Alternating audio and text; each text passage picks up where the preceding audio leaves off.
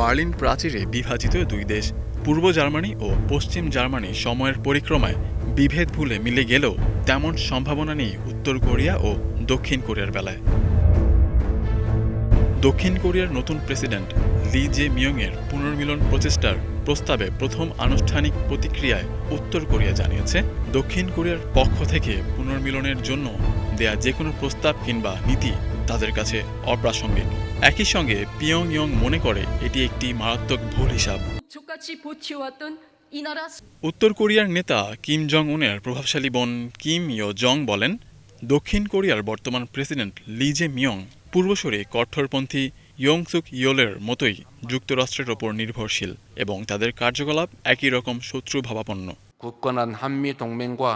June মাসে president হিসেবে দায়িত্ব নেওয়া লি জে মিয়ং উত্তর কোরিয়ার সঙ্গে সম্পর্ক উন্নয়নের অঙ্গীকার করেছিলেন।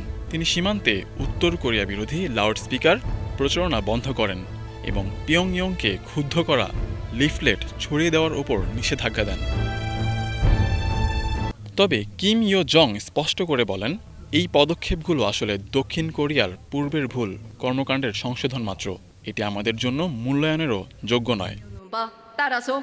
এদিকে দক্ষিণ কোরিয়ার একত্রীকরণ মন্ত্রণালয় বলেছে, এই বক্তব্য প্রমাণ করে দুই কোরিয়ার মধ্যে অবিশ্বাসের দেয়াল এখনও অনেক উঁচু। তবুও তারা উত্তর কোরিয়ার সঙ্গে পুনর্মিলন ও সহযোগিতার প্রচেষ্টা চালিয়ে যাবে। সম্প্রতি উভয় দেশই কোরিয়ান যুদ্ধবিরতির বার্ষিকী পালন করেছে।